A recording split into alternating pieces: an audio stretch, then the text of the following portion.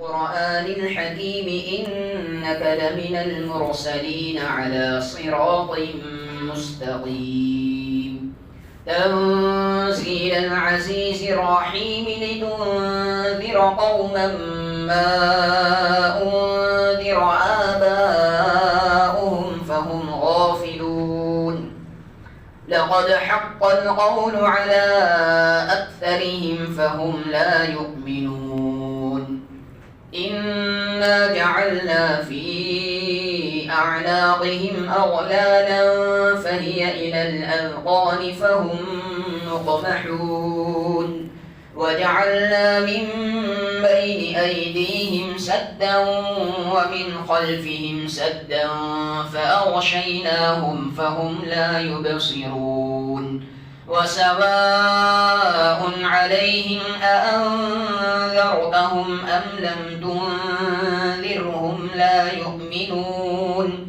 إنما تنذر من اتبع الذكر وخشي الرحمن بالغيب فبشره بمغفرة وأجر كريم إنا نحن نحيي الموتى ونكتب ما قدموا وآثارهم وكل شيء أحصيناه في إمام مبين صدق الله العظيم.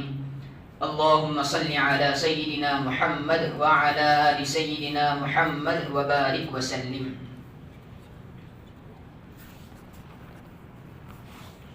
سورۃ یاسین شریف، اس کی ابتدائی 12 آیتیں آپ کی خدمت میں تلاوت کی گئیں، یعنی پہلا رکوع. ان آیات کا ترجمہ سنیں گے اور ان آیات کا موٹا موٹا مطلب، تاکہ ان آیات کو ہم اچھی طرح سمجھ سکیں، اس لیے موٹا موٹا مطلب ہم سمجھیں گے. اور سب سے پہلی بات یہ ہے کہ اخلاص کے ساتھ سنیں گے اور اس پر عمل کرنے کا نیک جذبہ لے کر کے اٹھیں گے، تبھی یہ ہماری درسی مجلس کامیاب ہوگی، ذریعہ نجات اور باعث اجر و ثواب بنے گی. ورنہ محض بیٹھ لینے سے کوئی فائدہ حاصل نہیں ہوگا. اور دوسری بات یہ بھی کہتا چلوں کہ جب بیٹھے ہی ہیں تو اعتکاف کی شاید نیت بھی کر لی ہوگی، اور اگر نہ کی ہو تو ابھی کر لیں، تاکہ دوہرا اجر و ثواب ہمارا نامہ اعمال میں جاری ہو جائے. رمضان میں نفل کا ثواب فرض کے برابر، ایک فرض کا ثواب 70 فرض کے برابر ہو جاتا ہے.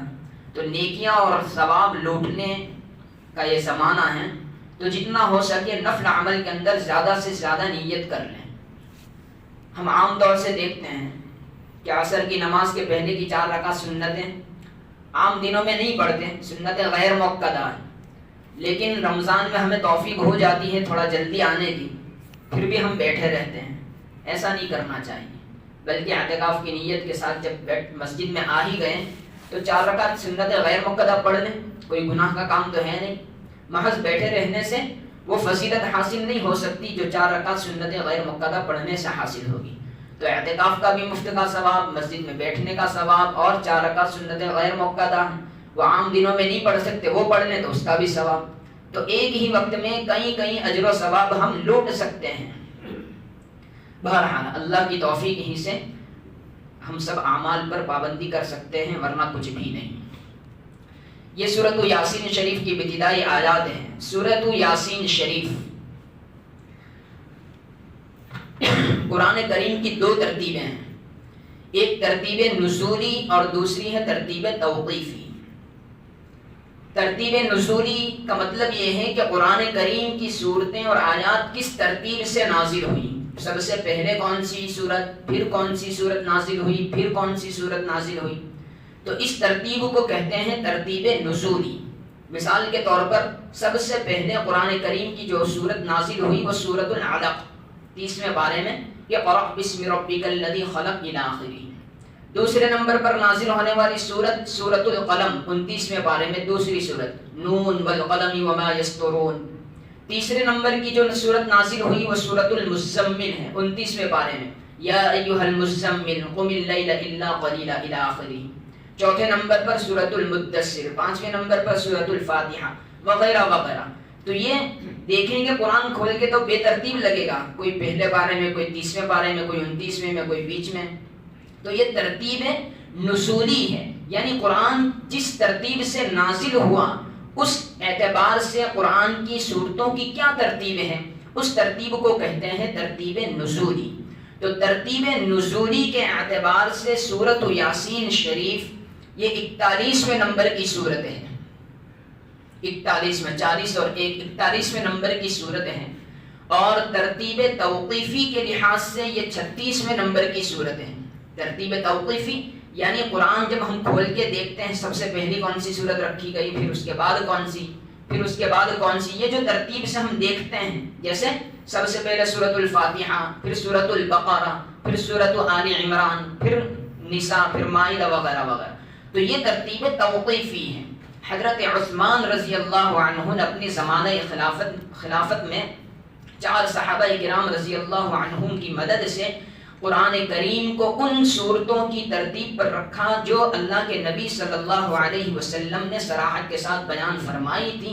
اس وجہ سے اس ترتیب کو ترتیب توقیفی کہا جاتا ہے، یعنی قرآن جمع تو کیا حضرت عثمان غنی رضی اللہ عنہ کے دور میں، اور اس کی ترتیب کا لحاظ وہی رکھا گیا جو اللہ کے نبی صلی اللہ علیہ وسلم نے صراحت کے ساتھ بیان فرمایا تھا۔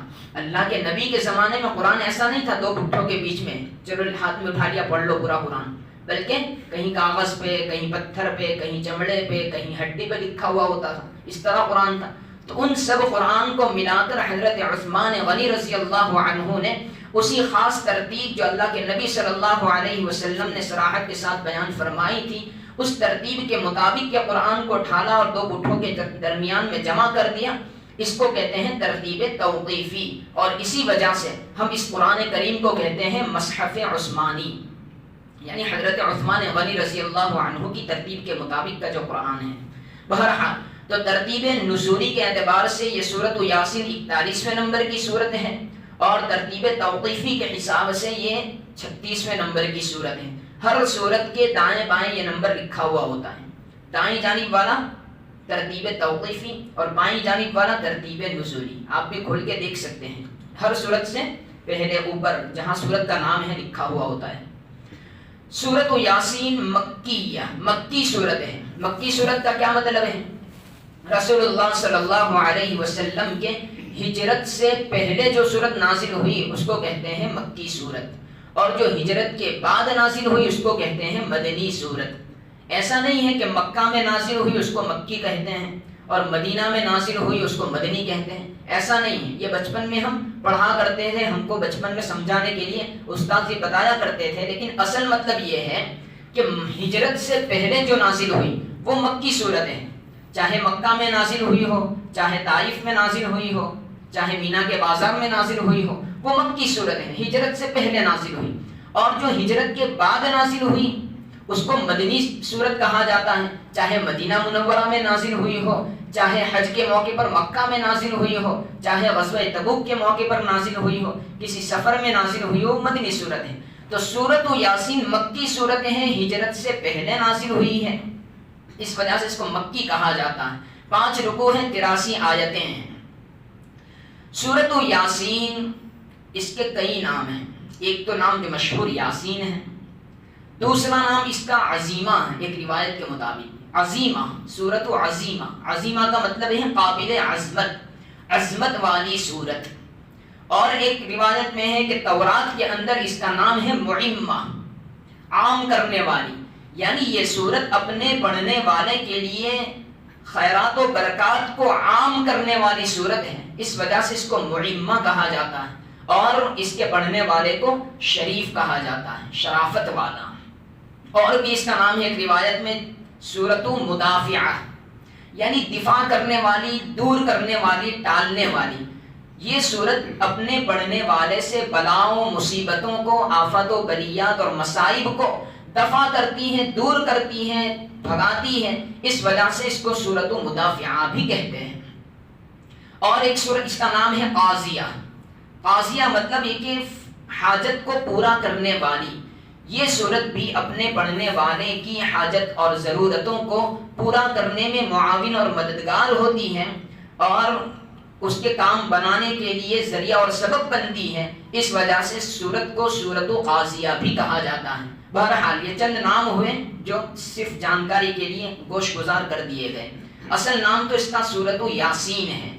یاسین یہ لفظ اور یہ شبد اسی سورت کی پہلی آیت کا حصہ اور جزو ہے، اسی کو اس کا نام قرار دے دیا گیا۔ قرآن کریم کی صورتوں میں عام طور سے یہی طریقہ ہے کہ اس صورت کے اندر کوئی جزو اور کوئی شبد آیا ہوا ہوتا ہے، اسی شبد اور اسی حصے اور جز کے ذریعے اس صورت کا نام رکھ دیا جاتا ہے۔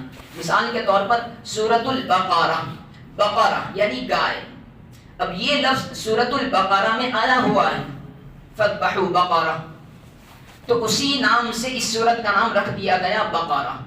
سورۃ العلق دیکھو، اقرأ بسم ربک الذی خلق، خلق الانسان من علق، علق یہ علق آیا تو اسی کو اس سورت کا نام بنا دیا گیا۔ سورۃ المزمل، یا ایھا المزمل، مزمل کا لفظ آیا، اسی کو اٹھا کر کے اس کا نام رکھ دیا گیا، طٰہٰ، یاسین وغیرہ وغیرہ۔ تو اکثر ایسا ہی ہوا ہے، جو شبد اور کلمہ اس صورت میں آیا ہوا ہوتا ہے، اسی شبد اور کلمے کو اٹھا کر اس صورت کا نام بنا دیا جاتا ہے۔ بہرحال تو اس صورت کا نام بھی اصل مشہور ہے، وہ یاسین ہے، جو اس صورت کی پہلی آیت میں استعمال شدہ ہے، یاسین، ہے نا۔ بہرحال اب دیکھیں سورۃ یاسین کی فضیلت کیا ہے۔ سب سے بڑی فضیلت ہم کیا سنتے ہیں، سمجھتے ہیں؟ سورۃ یاسین اگر کوئی اپنی حاجت اور ضروریات سے پہلے پڑھ لیتا ہے، یعنی اپنی ضرورت اور حاجت سے پہلے اس کو کر لیتا ہے، اللہ پاک اس کی اس ضرورت اور حاجت کو آسان فرما دیتے ہیں، پورا فرما دیتے ہیں۔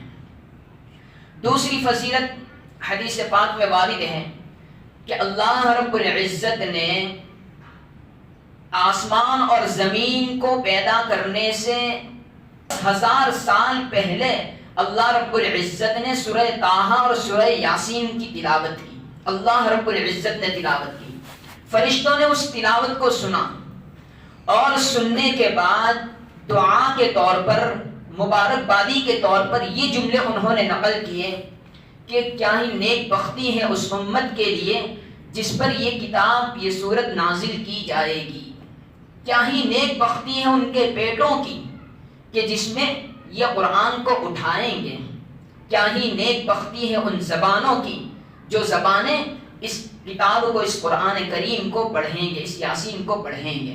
تو 3 طرح کی نیک بختی کی مبارکبادی دی، اور انہوں نے گویا اظہار خوشی کیا، خوشی کا اظہار کیا ان کے پیٹوں کے لیے، یعنی سینوں کے لیے، کہ جو قرآن کو اٹھائیں گے، جو حافظ بنیں گے، ان کے لیے نیک بختی کی مبارکبادی دی۔ اس امت کی جس پر یہ نازل کی جائے گی، یعنی امت محمدیہ کی، انہوں نے نیک بختی کی مبارکبادی دی۔ اور پڑھنے والی زبان، یعنی امت کے جو افراد چاہے دیکھ کر پڑھیں، چاہے زبانی پڑھیں، چاہے نماز میں پڑھیں، چاہے نماز سے باہر پڑھیں، چاہے کسی بھی حالت میں پڑھیں، تو اس کے لیے ان کی زبانوں کی نیک بختی کی مبارکبادی دی گئی، دعا دی گئی۔ اس لیے ہمیں بھی چاہیے کہ اس فضیلت کو حاصل کرنے کے لیے سب سے پہلی فرصت میں یہ کرنا چاہیے کہ قرآن کریم کی یہ سورت یعنی سورۃ یاسین کو ناظرہ اچھی طرح پڑھتے سیکھ لینا چاہیے۔ ناظرہ پڑھنا آ جائے تو اس سورت کو زبانی یاد کر لیں، زبانی یاد ہو جائے تو اس کا ترجمہ بھی ہم سیکھ لیں، سمجھ لیں موٹا موٹا، اور پھر اس کو ہمیشہ پابندی کے ساتھ صبح پڑھتے رہا کیجئے۔ ایک روایت بیان کی جاتی ہے جس میں اس کا مفہوم اور خلاصہ ہے کہ جو کوئی بندہ صبح سورۃ یاسین شریف کی تلاوت کرتا ہے تو شام تک وہ خوشی سے گزارتا ہے، اور شام کو اگر پڑھ لیتا ہے تو صبح تک کا زمانہ خوشی سے گزارتا ہے۔ تو یہ خوشیاں اور فرحت کی سبب بننے والی صورت بھی ہے۔ تو یہ اس کی فضیلتیں ہیں۔ اور کیا ہے سورۃ یاسین شریف کے بارے میں؟ اس کے بارے میں کہا گیا حدیث پاک میں، ان لکل شیء قلبا وقلب القرآن یاسین ومن قرأ یاسین کتب اللہ لہ بقراءتها قراءۃ القرآن 10 مرات او کما قال علیہ الصلاۃ والسلام، کہ ہر چیز کا ایک دل ہوا کرتا ہے اور قرآن کریم کا دل یاسین شریف ہے۔ جو کوئی بندہ یاسین شریف کی تلاوت کرتا ہے تو اللہ رب العزت اس کے لیے پورا قرآن 10 مرتبہ پڑھنے کے برابر ثواب لکھ دیتے ہیں۔ اس حدیث میں غور کیجئے، 2 باتیں بیان فرمائی گئی۔ ایک بات تو یہ بیان فرمائی کہ سورۃ یاسین پورے قرآن کا دل ہے۔ دوسری بات یہ بیان فرمائی گئی کہ ایک مرتبہ سورۃ یاسین پڑھیں گے تو 10 مرتبہ پورا قرآن پڑھنے کے برابر ثواب ہمارے نامہ اعمال میں اللہ رب العزت اپنے فضل سے لکھ دیں گے۔ کتنی بڑی فضیلت! 5 رکوع کی صورت ہے، 5 منٹ لگتے ہیں اور پورے قرآن کو 10 مرتبہ پڑھنے کے برابر ثواب۔ لیکن پھر بھی ہم غفلت میں رہتے ہیں اور پڑھ نہیں پاتے۔ اللہ رب العزت ہمیں عمل کی توفیق عطا فرمائے۔ تو 2 باتیں بیان فرمائیں۔ پہلی بات کیا کہ قرآن کریم کی دل کی حیثیت سے اس کو بیان کیا گیا کہ سورۃ یاسین قرآن کریم کا دل ہے۔ اس کو دل کیوں کہا گیا؟ دل اس وجہ سے کہا جاتا ہے کہ دل اشارہ ہوتا ہے کسی چیز کی اہمیت کو بتلانے کے لیے۔ جیسے مثال کے طور پر دل ایک اہم جزو ہے بدن کا، اگر دل صحیح سالم ہے تو بدن صحیح سالم ہے، اگر دل نے اپنا کام کرنا چھوڑ دیا تو بدن بھی اس کا کام کرنا چھوڑ دے گا۔ اور معنوی حساب سے بھی دل اگر کسی انسان کا بن جاتا ہے تو اعمال بھی بن جاتے ہیں، دل اگر فاسد اور خراب ہو جاتا ہے تو اعمال بھی اس کے فاسد اور خراب ہو جاتے ہیں۔ تو دل کی حیثیت بدن کے اندر امپورٹنٹ ہے، اہم ہے۔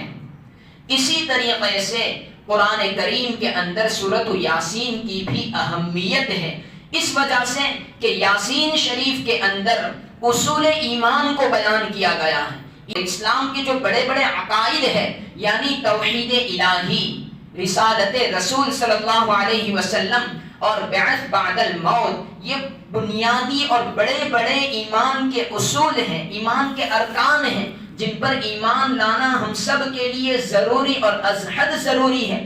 ان اصول ایمان کو اس میں بیان کیا گیا ہے، اس وجہ سے اس سورت شریف کو قرآن کریم کا دل کہا گیا ہے۔ ویسے تو پورے قرآن کے اندر یہ بیان کیے گئے، لیکن اہمیت کے ساتھ اس میں اہم مضامین بیان کیے گئے، توکل کو بیان کیا گیا، اللہ رب العزت پر کامل بھروسے کو، اور تفویض کو بیان کیا گیا ہے، یعنی اپنے آپ کو اللہ رب العزت کے سامنے بچھا دینے، اپنے آپ کو اللہ کے سپرد کر دینے کو بیان کیا گیا ہے، جس کو کہتے ہیں من مانی چھوڑ کر رب چاہی زندگی گزارنا، وہ صفت بیان کی گئی ہے۔ رضا پر قضا، یعنی اللہ کی تقدیر پر ہر ہمیش راضی رہنا، اچھی ہو یا بری، اس کو بیان کیا گیا ہے۔ تو یہ اہم مضامین اس صورت میں بیان کیے گئے ہیں، اس وجہ سے اس کو قرآن کریم کا دل کہا گیا ہے۔ دوسری بات، دل کہنے کی وجہ، دل جو ہوتا ہے وہ کسی چیز کے درمیان کے لیے بھی بولا جاتا ہے۔ مثال کے طور پر کہتے ہیں کہ جامع مسجد دہلی کے دل میں واقع ہے، مطلب یہ کہ دہلی کے بیچ میں واقع ہے، یا یہ کہو کہ بڑی مسجد ویارہ کے دل میں واقع ہے، مطلب یہ کہ ویارہ کے بیچ میں مسجد ہے، بڑی مسجد ویارہ کے بیچ میں واقع ہے۔ تو کسی چیز کے بیچ کو اشارہ کرنے کے لیے دل کا لفظ استعمال کیا جاتا ہے۔ تو یاسین شریف یہ پورے قرآن کے بیچ میں ہے، درمیان میں ہے، اس وجہ سے اس کو قرآن کریم کا دل کہا گیا۔ اب یہ کیسے دل اور بیچ میں ہے؟ دیکھتے ہیں 22ویں پارے میں، 15ویں پارے میں ہونا چاہیے تب بیچ میں ہوتا، اس لحاظ سے نہیں بلکہ سورتوں کی تعداد کے اعتبار سے، قرآن کریم کی سورتوں کی تعداد کے اعتبار سے، آیتوں کی تعداد کے اعتبار سے 4 قسمیں ہیں، 4 قسم کی صورتیں ہیں قرآن کریم میں۔ سب سے پہلی صورتیں جس کی قسم ہے، اس کو کہا جاتا ہے طول، یعنی بڑی بڑی صورتیں، جس میں سورۃ البقرہ ہے، سورۃ آل عمران ہے، سورۃ النساء، سورۃ المائدہ، انعام وغیرہ، یہ کیا ہے؟ بڑی بڑی صورتیں، ان کو کہا جاتا ہے طول، اور واو لام طول۔ اور دوسری قسم ہے قرآنی صورتوں کی جس کو کہا جاتا ہے مئین، یعنی وہ صورتیں کہ جن میں 100 یا تقریباً 100 آیتیں ہیں، یعنی 100 سے کچھ کم یا کچھ زیادہ آیتیں ہیں، ان کو کہا جاتا ہے مئین۔ تیسری قسم کون سی؟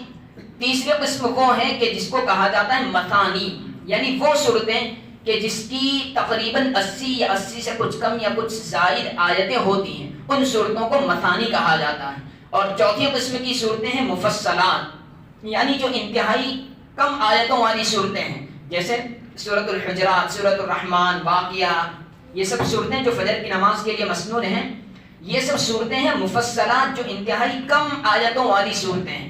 تو یہ 4 طریقے کی قرآن کریم کی صورتیں ہیں، طول ہیں، مئین ہیں، اور مثانی ہیں، اور مفصلات ہیں۔ تو ان چاروں میں سے یاسین شریف کا درجہ یہ مثانی کا ہے، گویا یہ درمیان کی صورت ہو گئی، اس لیے کہ اس کی آیتیں بھی ہیں 83، 80 اور 3۔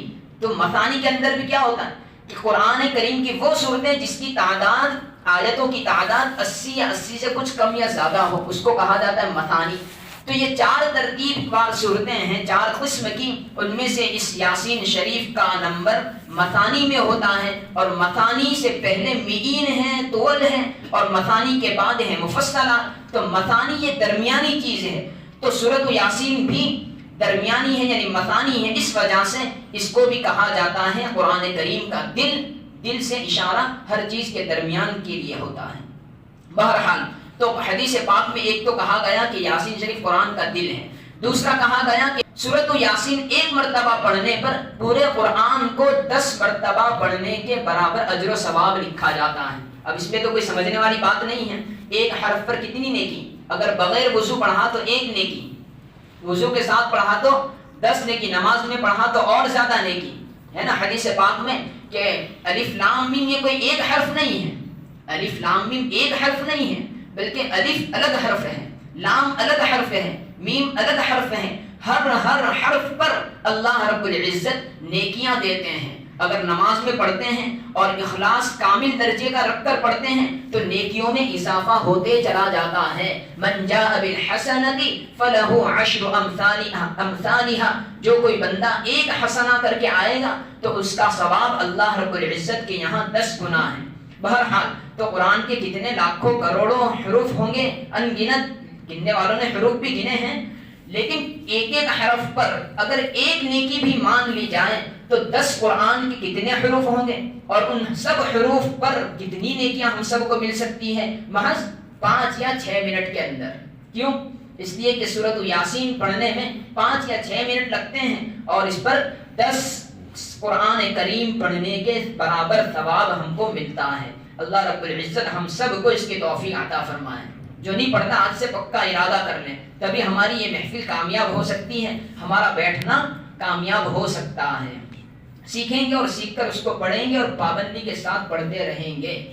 بلکہ حدیث پاک میں اس کی فضیلت میں ایک بات اور آتی ہے کہ یاسین شریف کو اپنے مردوں پر پڑھا کرو، یعنی جو قریب الموت ہے، جو مرنے ہی والا ہے، اس پر پڑھا کرو، اس وجہ سے کہ یاسین شریف کی برکت سے اس کی موت میں آسانی ہوتی ہے۔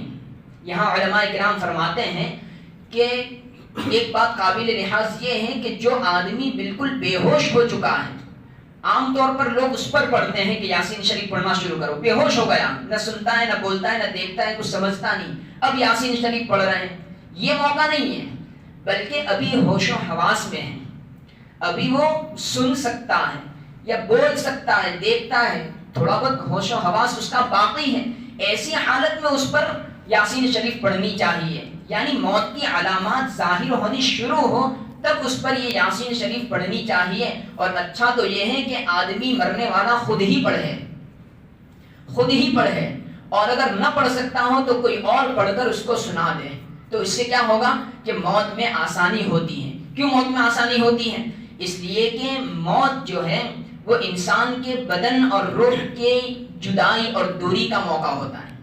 انسان مرتا ہے تو مرنے کا مطلب یہ نہیں کہ بس نسیم منسیہ ہو گیا، نیست نابود ہو گیا، مر کھپ گیا، ایسا نہیں ہے، بلکہ مرنے کے بعد دوبارہ نیا عالم ہے، اس عالم کی طرف منتقل ہوا ہے، ایک جگہ چھوڑ کر دوسری جگہ گیا ہے۔ اسی وجہ سے ہم کہتے ہیں فلاں کا انتقال ہو گیا۔ تو انتقال کا کیا مطلب؟ ایک جگہ سے کسی چیز کو دوسری جگہ رکھنا، اس کو کہتے ہیں انتقال۔ تو انتقال کر گیا، یعنی اس دنیا کو چھوڑ کر آخرت والی زندگی میں، آخرت والی دنیا میں وہ پہنچ گیا۔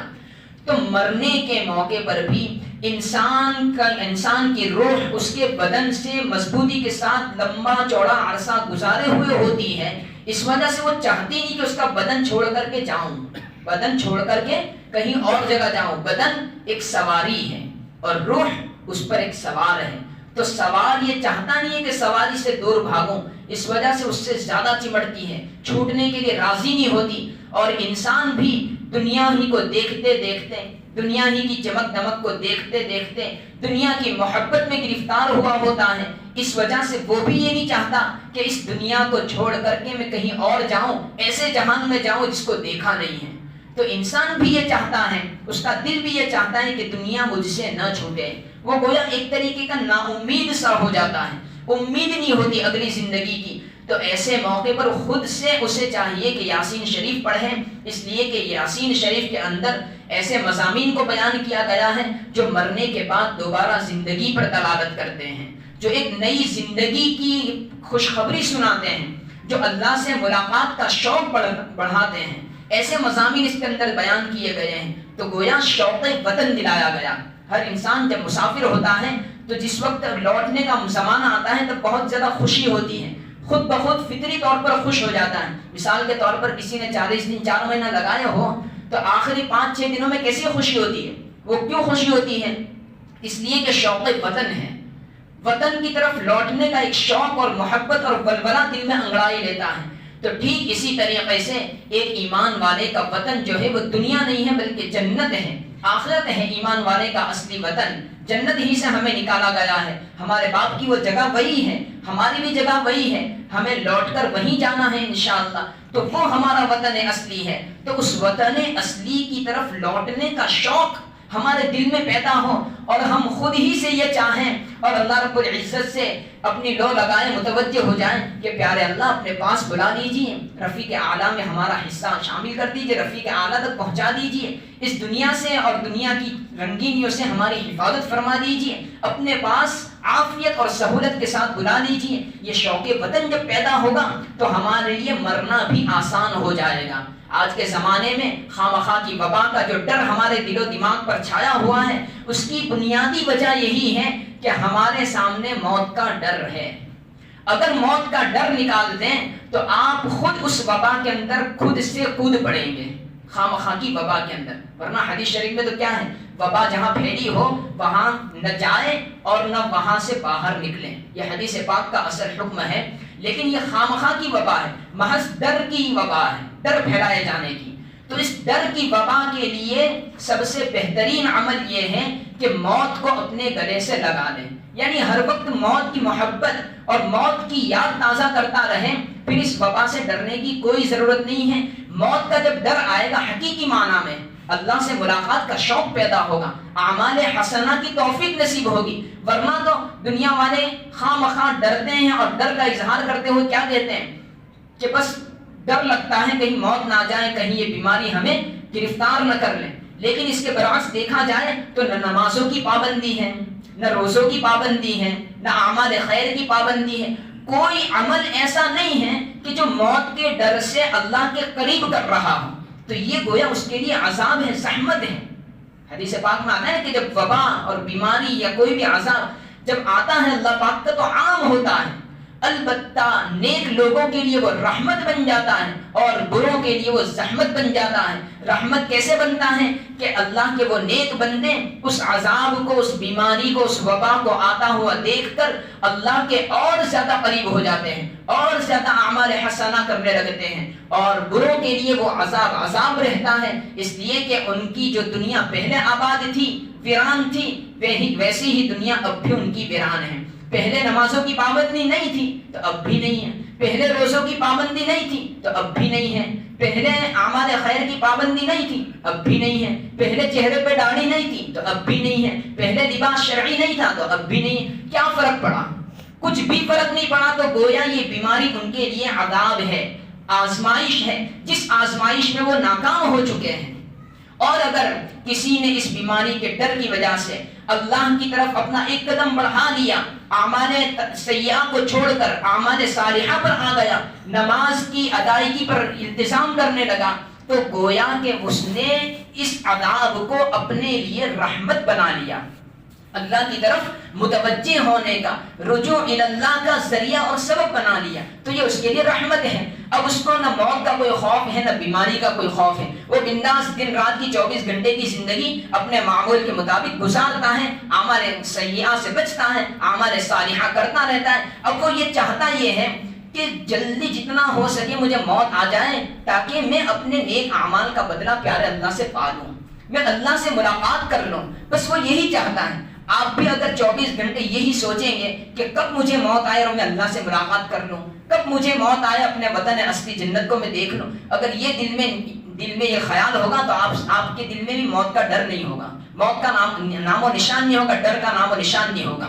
یہ ایک طریقہ ہے، ایک علاج ہے اپنے آپ کو اعمال صالحہ پر ڈالنے کے لیے، اعمال سیئہ سے بچنے کے لیے، اللہ سے جنت سے ملاقات اور اس کے دیدار کی اشتیاق کو اپنے دل میں بھڑکانے کا ایک ذریعہ اور علاج ہے۔ اللہ رب العزت ہم سب کو اپنی ملاقات کا شرف عطا فرمائے اور موت کو اپنے دل سے لگانے۔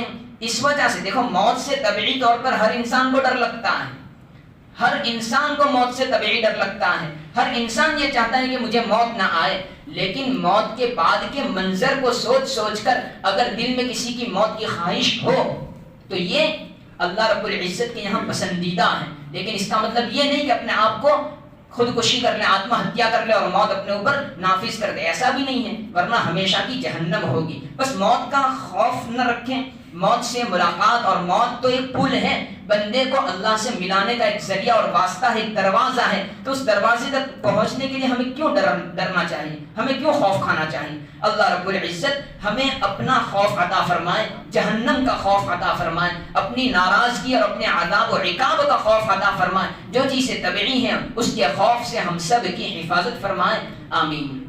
بہرحال یہ سورۃ یاسین کی چند ابتدائی باتیں تھیں، 5 منٹ میں ترجمہ کرتے ہیں، آئندہ کل سمجھے گے اس کا جو موٹا موٹا مفہوم ہے۔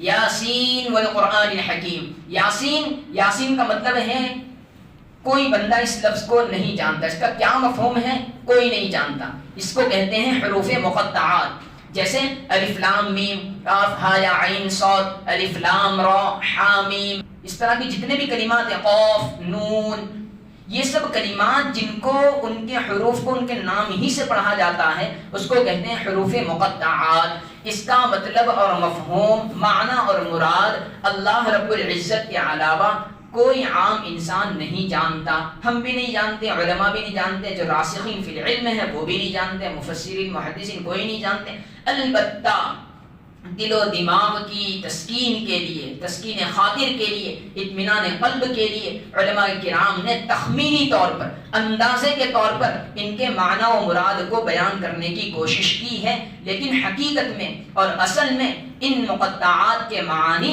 اللہ کے سوا کوئی نہیں جانتا۔ اب یاسین کا ایک مطلب تخمینی طور پر یہ بیان کیا جاتا ہے کہ یاسین کا مطلب ہوتا ہے اے انسان، یا کا مطلب اے اور سین انسان کا مخفف ہے، الف نون سین الف نون ہوتا ہے انسان میں، اسی کا مخفف ہے سین، تو مطلب یہ ہے کہ یاسین اے انسان، اور انسان سے مراد اللہ کے نبی صلی اللہ علیہ وسلم کی ذات بابرکت ہے، اس لیے کہ وہی کامل اور مکمل انسان ہے۔ بہرحال یہ تخمینی مطلب ہے، حقیقی مطلب نہیں ہے، حقیقی مطلب اور یقینی مطلب اللہ کے سوا عام مخلوق نہیں جان سکتے، ہمیں بھی اسی پر ایمان رکھنا ہے۔ والقرآن الحکیم، قسم ہے قرآن حکمت والے قرآن کی، حکمت سے بھرپور قرآن کی۔